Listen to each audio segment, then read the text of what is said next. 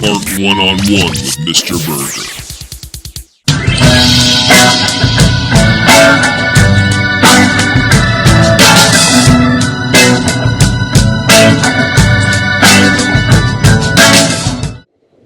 Did you see the return of the astronauts today?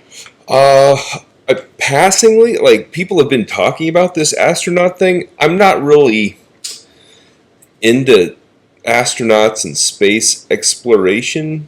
That stuff, you don't like that stuff. It kind of weirds you out, doesn't it? A little bit. I mean, I like Star Wars. Yes, Star Wars. Yeah. Okay. Well, I'm not really into it, but I think the story is interesting. Like, they were supposed to go there for 8 days. They were supposed to go there for 8 days, and they ended up being there for, do you know how long? 9 months. 9 months. 9 months. So just think about that. You're sent to space. You think you're going to come home in 8 days, and I wonder if they got overtime pay. I'm sure they did. But, okay, what do you think that, to me, the question is, like, what does that do to their bodies when they get back? Like, their bodies have to change so much, whether in a different galaxy, different air, different... Well, not in a different galaxy, well, different... but they're definitely zero gravity. And, I mean, I would imagine that does things to your body. I mean, you think about, like, how... I think there could be some things that would be positive, like, for example, like the pressure on your back and stuff like that. I mean, you wouldn't have that. Walking and stuff like that would be so much easier. Like, I would love that. With my feet and stuff. Yeah. I'd love to have zero gravity. That would be nice, but I can't imagine being isolated for 9 months. Right. Like, you would have to just knock me out for most of that time. It depends on who you're with. I could not. It doesn't even matter if it was you. I couldn't be isolated like that where I couldn't get home. Yeah, I'm not saying I would want to be with you stuck in a cubicle in outer space for 9 months. I think we would both be in trouble. But well, you're stuck with me for the next 40 minutes because we are going to start Art One-on-One. I'm your pod boss, Nicole Jordan, alongside your professional artist, master educator, and America's favorite teacher, Mr. Burgher. Yeah. Trying to uphold the title. And excited to be doing it again. You can always go to redbubble.com and check out the merch and the line of stuff. I try to roll out some new stuff seasonally. This time of year it's kind of busy and hectic, but as we get closer and closer to summertime, things will pop up. Priorities. Yes. All right, we're going to start today off with the segment Art Talk. Art Talk, the segment where we pull a card from the deck that I found in my desk drawer and see what kind of talking spurs from the card. That's a great explanation. Thank you. All right, it says, artists use many methods to apply paint. Aborigine artist in Australia spat and blew the color onto cave walls. Contemporary artists use ketchup bottles, combs, straws, squirt guns, toes, and toothbrushes to put paint on canvas. One French artist even used a plug of tobacco he removed from his mouth. Other than brushes, what tools could you or do you use to paint that are abnormal? They say that Jack Sprat could eat no fat, and his wife could eat no lean. But betwixt the two of them, they licked the platter clean. I'm not sure where you're going with that. You said betwixt or something. Between. All I said was between. There's nothing. I heard betwixt. Anyway. The front. Yeah, there's. Anyway. Sometimes I hear things. I don't often paint. Yes. And I certainly don't paint unconventionally. The majority of the tools that I use are mostly fine to medium-sized brushes. I have painted with a roller, and I have painted with aerosol spray.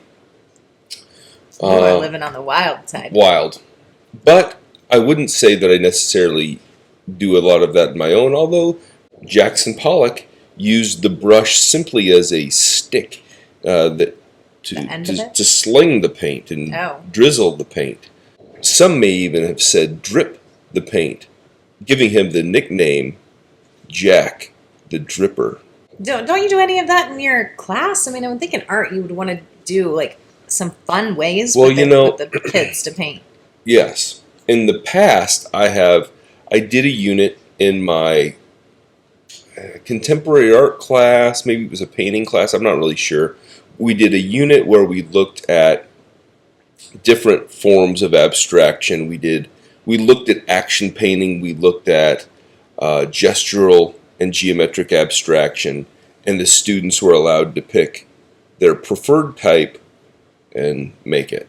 And the majority of the kids chose to do drip paintings, and basically I sent them outside. We had right outside the art room door, we had this concrete slab, and I just said, go on out there and sling your paint, prop the door open, and they went outside and threw paint all over hell.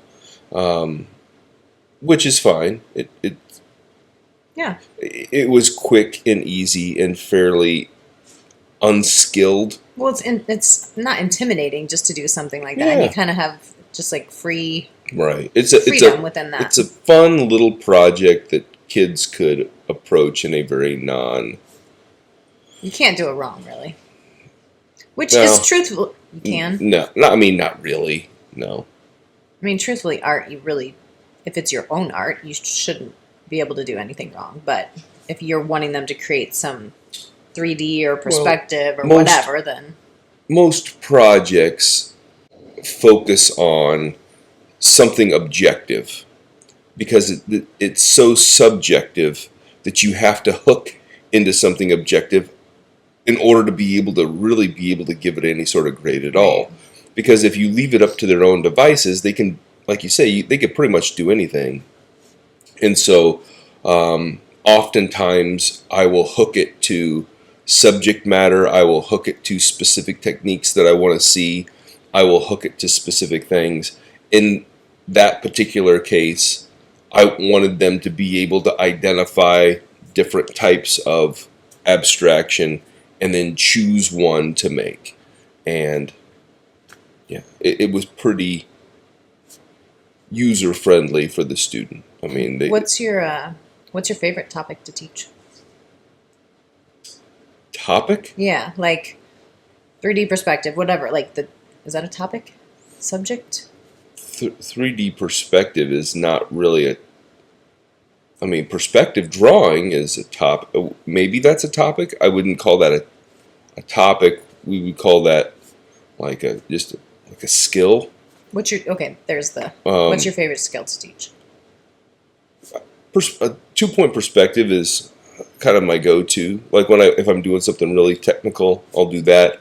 I'll do isometric drawing with them, which is a little bit complex, but at the same time you can give them a grid and have them work from the grid and kind of make it work. And you can also, you can hook it to some of the video games that they're into, like Minecraft.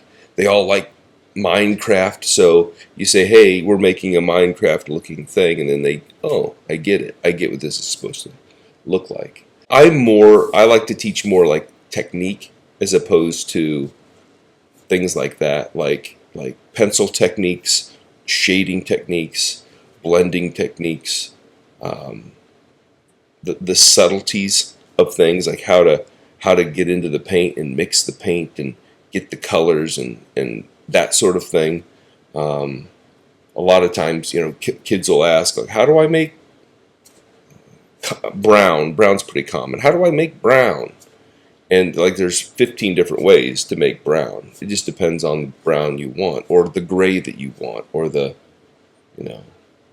a lot of times they just want to use I've got green, it's out of the jug. Well, you can make a billion different varieties of green by adding blue, adding red, adding orange, adding yellow, adding other things into it to kind of throw the chemistry of the color off. And kind of manipulate the color to do little things in subtle ways. You can make drastic changes and turn the green to a muddy mess. But anyway, colored pencil in terms of media is my favorite. To teach, it's my favorite to do, but I have a pretty high expectation of what they're going to do, because it's like this is, to me, like that's the pinnacle. But oftentimes, because of the way I teach it and do it and the techniques, blah blah blah, they usually come with some pretty decent results. So bringing you back into the art talk card, we kind of got off on a tangent. Anything crazy that you've heard of artists using that I didn't mention on that? No. As tools? No, I've heard of like private parts, anything like that. No, God, they no. gotta have artists that have used private parts. I'm sure they have, but I've never heard of that, and I certainly wouldn't talk about it or teach it. Well, I didn't ask you about teaching it, especially with like kindergartners or something. But I think that like I've heard of people using like balloons, like like throwing balloons or throwing things off of things. Like filling it up with paint and busting the balloon? Yeah. Oh, that'd be cool. Jackson Pollock was known for taking glass containers of paint and throwing them on the ground and smashing them onto his canvases. Different artists have done a million different things to create different effects. I'm more of a traditionalist when it comes to the painting stuff. I don't know that I would give the kids a super soaker filled with green paint. Say, hey, how awesome would that be? Like, let's how go much do it. would kids want to come to art class if you did something like that? They would think I was insane. And the other thing they is, would love it. You got to look at the cost versus the product. I mean, I could go through a gallon of paint 15 seconds. Great, but that's $15-$20. I don't have the budget to go through 10 gallons of paint in a class period. I mean, it's just not practical. But would it be fun? Sure, it'd be fun if somebody was going to fund it. True. Funding before fun. Speaking of fun, any fun things going on this week in art history? Or in the art world, I should say. Any fun things going on in the art world? That's kind of a hard segue into our next This topic. Week in Art History. This Week in Art History, previously known under a different title, but we're changing the title. I was unhappy with that. I was unhappy with Through the Art Lens. I was unhappy, so we're discontinuing Through the Art Lens. I do not want him to be unhappy. Because it just didn't connect with the topic that we were trying to topically talk about. So I decided that we should change the title, and I already am putting together a This Week in Art History video clip, short, whatever. So I thought, well, I'm already using that title for something. I might as well just recycle.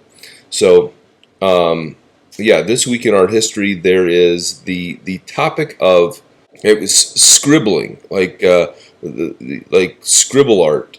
It's coming up this week. I think on Thursday is like I can make art by scribbling day or something. And that made me think of the famed contemporary artist Cy Twombly, who is an American artist. I believe he's still alive. He's old. He's as old as the hills if he is alive.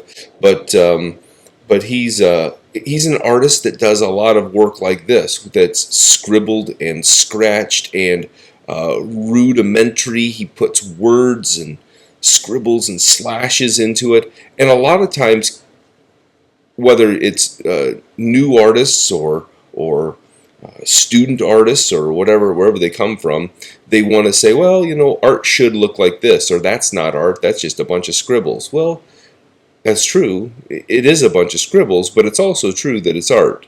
And I think a lot of times we get hung up on our own personal definition of what art should or shouldn't be. And we've all gone through phases of scribbling and scratching, and our sometimes our artwork, like Cy Twombly's, looks like the sketchbook of an insane mad scientist type, and there's words and letters and formulas and something that might make sense to someone. It clearly makes sense to him. I don't know that I'm a good decipherer of the types of work that he makes, but I do think that it's interesting, it's unique, it's captivating, it's got a good action to it, and an abstraction to it. It's kind of like what we were just talking about with Jackson Pollock, with the abstract expressionists, like the all of those abstract, whether you're talking about geometric or gestural abstraction artists throughout time, modern time, contemporary time. They are looking at putting together ideas, and it's not so important the preciseness and the crispness of what is out there. They're just kind of they're blasting their ideas out onto the page, and I think it's important that we accept those things. I think it's important that we allow freedom within art. I think like one of the reasons I was shut off to, I hated art growing up, absolutely hated it. And nothing I did was right. Like I didn't get graded well, rightfully so. But like, I think nobody taught me or nobody allowed me to be creative within what my own reality of art was. And I'm not saying that there isn't certain grades and subjects and skills that are taught, but I also think that you should just be praised for trying and being creative and recognizing or letting the children know that whatever they put onto paper is actually art. But at the same time, if you're grading something specific, you're going to be looking at that. But the big thing I think that we lose, or maybe why I didn't, which this isn't about me, but I think a lot of kids don't try art. Teaching kids that taking risks, just putting on paper what you think or feel or are emotionally drawn to, like none of that is wrong. It's all art. But then also, like you said, teaching certain skills but allowing that creativity throughout teaching those skills, I think is important. And I think sometimes art teachers lose that because we're so focused on, just like schools, grading and tests and all the things that you're required to do, instead of like, how can we teach this kid to be free and not be afraid and, like creative, because that's an important thing to learn in life.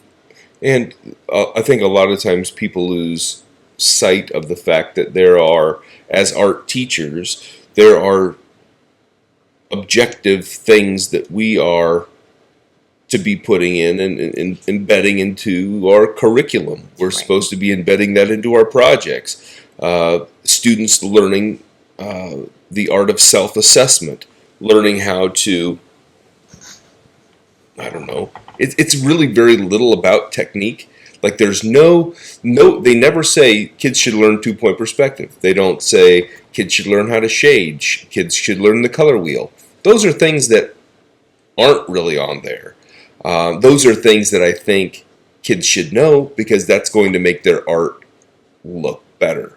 And at the end of the day, the product that they make is ultimately what we're assessing. However, there are times that the art product is not as important. Just like all of the types of art that we've talked about, sometimes it's the process. The kid went through the process, and okay, I'm going to give you the benefit of the doubt because your skill isn't there, but you went through the process. Right. And that's where I'm going to grade you. Or they learned, a certain thing. Like their sketchbooks might not be really, really great, but they're learning, and it's like, okay, did we do it? Did we go through the process? Is there some, like, you might not be able to totally draw what your idea is, but you have a really great idea. In my view, the conceptual artist is just as valuable as the abstract expressionist or the American regionalist. There's no reason that the art needs to have a hierarchy of these arts are good and these arts are respected and these arts are less than, I think effort is probably a really important thing. And how is somebody progressing? Like if they're Right. really giving full effort, and you can tell, and you can see in their sketchbooks and their different pieces of art, they're actually growing and learning, then And I think that's a big part of it too. If somebody comes in and they hand me scribbled pieces of paper and say, all right, this is my project, and they just didn't, you can tell they didn't care. right. They didn't put any effort or time or energy I can look at a piece of paper and I can tell you just about within a minute of how many minutes it took. Whether it was 1 minute or half an hour or 2.5 or 2:45, I can nail it down. The problem is there are some kids that want to spend 3 days on a project that has no points attached to it, virtually. And then there are kids that want to spend 2 seconds on a major project that should take them 3 weeks. And it's finding that balance of, no, don't put your time into that, put your time into this. Or why don't you take that idea that you're really passionate about, let's turn that into a major project instead of, spending all that time on something that's not going to be able to last. Let's make this work, and then kind of pointing them in the right direction. And sometimes it's their ideas don't mesh with my ideas, so it's like, okay, well, suit yourself. Kids always say, well, I want to do what I want to do. Okay, that's fine. You can do whatever you want. I'm not going to tell you can't. At the same time, here's what I'm looking for. Right. You can color it whatever colors you want, but if I'm looking, and the assignment is, it needs to be monochromatic, and you use every color in the rainbow, well, that's clearly not monochromatic. So, I have to grade it based on what I see, and you have to create it based upon the directions. Right. Here's my little box of directions. Go anywhere you want outside that box. Feel free to roam around outside the box, as long as everything in the box is covered. You can't do half of what's in the box and 99% of what's outside the box. Inside the box has to be covered. Anything else, go for it.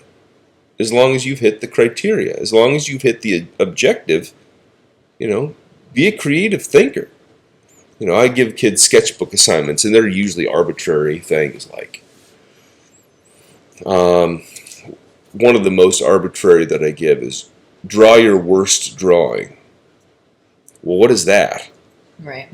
Well, what do you think it means? Well, I don't know. It's your assignment. What does it mean? Well, I don't know. Well, how do you not know? Because I don't know what the worst is to you. Is it the worst thing that you draw? Is it the thing you think is the worst? So I had some students doing a really bad drawing. Okay.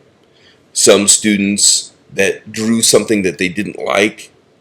Some drew like logos to schools that they didn't like. The rivalry type thing. Some students approach it all different ways, and then kids click together, especially middle schoolers, and like, hey, what did you do? Yeah. Oh, I'm going to do that. How did you do that? Okay, I'm going to do that. And then they all end up drawing the same thing, But it is what it is. That's the nature of the beast. And trying to get kids to think about, okay, what do you want to draw? What are you passionate about? Right. Because I don't care if you think that what your buddy did is the greatest thing. Who cares? You find something that fits. You make it work. And be creative about Be it. creative. As much as you can. And, there are all kinds of books out there that I could tell them to read or not read to learn creativity. Yeah. We're going to talk about that in a minute. But for right now, let's move on to brush strokes or bluff. Brush strokes or bluffs, the topic of the day that you're trying to get me off my game. You're going to try to persuade me that I don't know what I'm talking about. I've been doing pretty well lately. So hopefully I'll be on my game today. All right, so this week's Brushstrokes or Bluff says, there is an elusive group of street artists whose works have become synonymous with political activism, social commentary, and artistic rebellion. This secretive collective of artists each contribute to the mysterious figure persona called Banksy. They communicate only via encrypted messages, never revealing their true identities to anyone. This group of artists, known as Banksy, are a part of a grand conspiracy to challenge the art world itself. The works they leave behind, especially the politically charged pieces, are said to be part of an ongoing dialogue with society. The street artists' works were strategically placed to spark social change and revolution. Brushstroke or bluff? I don't know what the question is. Is what I'm telling you true? No. Is it a myth or is it true? I just said no, it's not true. Okay. It's a myth. Okay, why is it a myth? Because Banksy's one person, not a collective. Okay, tell me more. He's a British, or she is a British street graffiti artist whose identity is unknown. It is a singular, to my knowledge, it's a singular person that goes out. They do, they've got stencils, they put the graffiti up in a very specific way. Many artists that were graffiti artists, Jean-Michel Basquiat, Keith Haring, on, went from being graffiti artists who were often arrested for tagging around the streets of New York, and then slowly migrated to the mainstream. Banksy is definitely migrating toward the mainstream, however, wants to keep the anonymity of his identity or her identity, their identity. Mm-hmm. And so, yeah. Wonderful. You are correct. So my answer, or, my expansion on that is, while the myth surrounding Banksy is full of intrigue, secrecy, and mysticism, the truth behind his identity, says his or her identity, is more grounded, though still shrouded in some mystery. Banksy is indeed a single artist, though his or her true identity remains anonymous. The myth of Banksy being a collective is exaggerated. While Banksy may have collaborated with other artists, the person behind the artwork is just an individual. Though the exact details are still a mystery to the public. The artist has stated in interviews that his or her anonymity is not about creating an aura of mystique, but rather about allowing the work to speak for itself without the distraction of fame. Which I think is pretty cool. Yeah. I mean, obviously this person isn't about getting recognition. It's just about the art to them. Correct. Which is cool. And I mean, the fact of the matter is they could be very, very well off, and I'm sure maybe they probably are. But my understanding is that it takes, like, if you want to get a hold of Banksy, you've got to know people who know people who know people who know how to get a hold of him or her to be able to. And they've sold artworks in art museums under the name Banksy. Under the name Banksy. Oh, I think that's such a cool story. And it's good. Like, it's good art. It's good. And one of the cool things is, so it was like some years ago. I can't remember exactly what year it was, but recently, but not so recently that it was this week. But they had this painting in a frame that was to be sold at auction. And then once it was sold, something happened and the artwork started to slide down through, like there was a shredder at the bottom of the frame. Yeah. And the whole artwork went like part of the way through, not all the way through, but part of the way through a shredder. So it's half ripped and like shredded. Right. So he destroyed the artwork that he sold for millions. Yeah. I thought you were going to say there was this like secret piece behind when it slid down or something. No, it wasn't a secret piece. Oh shit. They destroyed the work that had sold at auction. And it's like, wow, that's brilliant. How did you learn about Banksy? I'm an art teacher I know, but like, did you hear some story? Is it Oh, like a I've seen. book? Like, is it in? Well, like the graffiti art and the London, I believe it was London, uh, just outside of London, one of the neighborhoods right outside of London is where he kind of got known. Had a very specific style of creating the stencils. How did he not get found out? Like, it takes a while to create an art piece. So how? I mean, Not with a stencil. I mean, you put up the. so he's already got the stencil He's, made. yeah, He puts it up, and he's then got he them all pre-made. He just Okay. puts them up, boom, boom, boom, and obviously you're practicing so that you can get up a stencil and knock it out. knock it out quick, and they're profound. Like he's making statements about the police, about the government, about he's got one of a rat that's pretty famous. He's got I can't wait to see them. different characters. I guarantee you've seen it. The little there's one of a little girl holding balloons and stuff like that. A guy throwing a Molotov cocktail, or a police officer. There's one of a police officer. There's one, all kinds of different characters. That again, really cool, really smart stencils. A lot of times they have to do with like there's sometimes an element of language that he also incorporates into it. Or again, I keep saying he, but we don't know. Right. We don't know who Banksy is, but at the same time, I think that would be the funnest part of it, is like getting away with it. Like all the times that he did, just like creating the art would be fun, but just the like that act of going out, getting it done before no one can catch you, and him or her never being caught. Yeah. I mean, there's a famous video of Keith Haring, who's a New York graffiti artist, down in the subway, tagging down in the subway station, like making art on the walls and being arrested by the police, and there's, videos of him getting, hauled back up through the subway in handcuffs. But, and it's illegal, once he became like popular, though, do you think he would have got arrested? Yeah, he was breaking the law. Well, I know, but I mean, yeah, people bend the law for. Yeah, but I don't.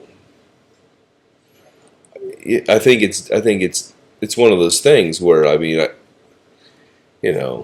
might bend it on like a traffic ticket or something, but Right. I don't think they're gonna break the law for like Public.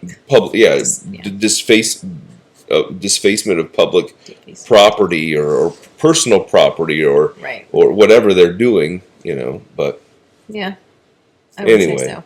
Yeah, I'm that this has definitely been my favorite brushstrokes or bluff, and I'm anxious to see what you put on here for his pieces of art, his Yeah. or her pieces of art. well, I think that Banksy definitely is one of those artists that is growing in popularity, and has grown in popularity over the years, and Is this a contemporary artist? they're still alive and working today. Huh. So I would call Interesting. that as contemporary as you get. That was fun. Interesting story. All right, so less interesting to you, we are going to talk about a new segment, or a temporary segment that we're going to be doing for the next 12 weeks. So why don't you tell the audience a little bit about this new segment that we're going to do? Well, I don't know that I'm even the best one to introduce this. Okay. I think that it spurred from our conversation that we had a week or two or so, I don't know, whatever it was, Yeah. when we were talking about The Artist's Way, Mm-hmm. the book by Julia Cameron. Julia, yeah, and basically you had said, well, I want to redo the book, and I challenge you, I challenge you to go through the book, go through the 12 weeks, hold yourself accountable to the timelines or whatever it is, and do the extra whatever it is to get it done. And I thought about it, and we spoke about this, And I think,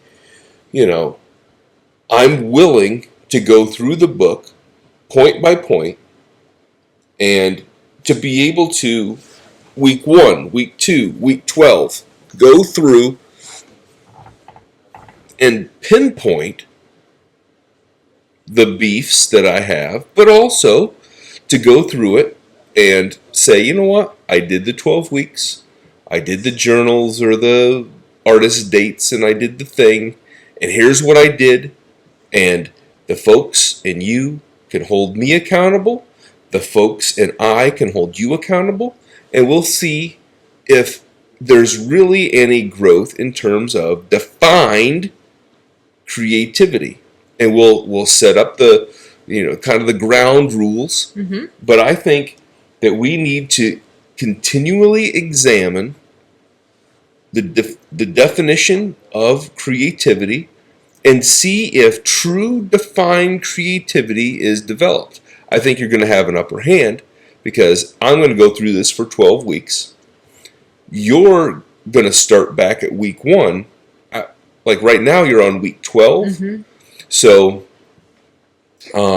going back to the beginning, so you'll basically have 24 weeks of I think it will practice. actually be harder for me because it's stuff I've already done. I think there was a lot of stuff I didn't have time for in each chapter that I wished I would have done, or I would have dove deeper or whatever. So for me, it's about diving a little bit deeper and actually, I did most of the artist dates. I did the journaling. I will be completely honest. I stopped the journaling, probably a week ago.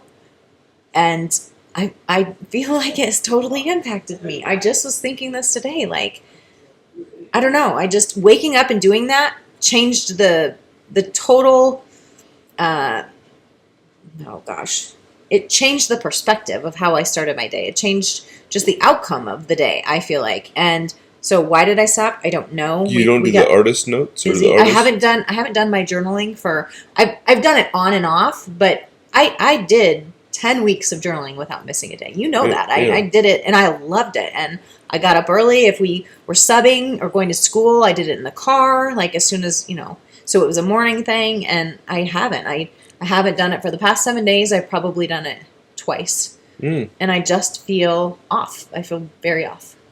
So it'll be interesting. I'm excited. I'm really excited about it. So we are going to end each video with just the topic for that week. And we haven't really figured out the details of it yet, but like kind of how we felt, what was good, what was bad, things we did or whatnot. And it will just be a part of the videos, not the whole thing, obviously, but we'll end each video with that week of the Artist's Way. And I'm excited about it. And I hope you have an open mind because, I feel like you're going to have an open mind, but after our debate last week, whatever it was, you even after the video was over, you didn't even want to touch me for like the next 5 hours because you were just so aggravated at our conversation. I wanted to continue. Like once we were done with the video, I was still talking to you. I was walking around the house talking to you about it, and you were like, "Leave me alone. I don't want to talk about it anymore." So, I don't know. I just am very passionate about what it is, what it's going to be, and I'm going to hold you accountable.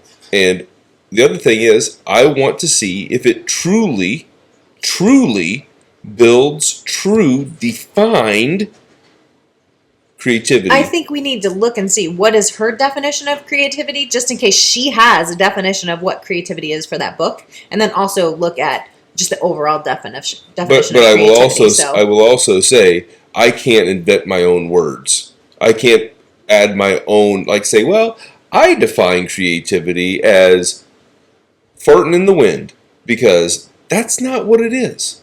And I can't just say I want to change what words mean to fit my need, to fit my whatever. Just like we talked about this in your artist, like with your kids. Like what's the definition of art to them? What is being created to them? But that's different. It's not. It is different because art is a very broad brush. But what if it's not talking about creativity in respect to just art?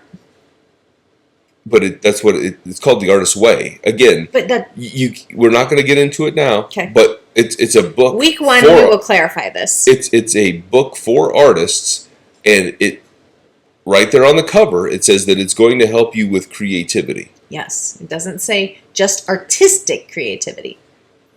But creativity is a very specific thing. Okay, well, we'll look up the definition and see if she has a different definition, and then we'll start with that. And creatives are a very specific group of people. It can't just be, because I guarantee you go to a restaurant and you order a old fashioned, right? And it comes back as something else. You're like, what the hell is this? Well, I got creative. I don't want you to be creative.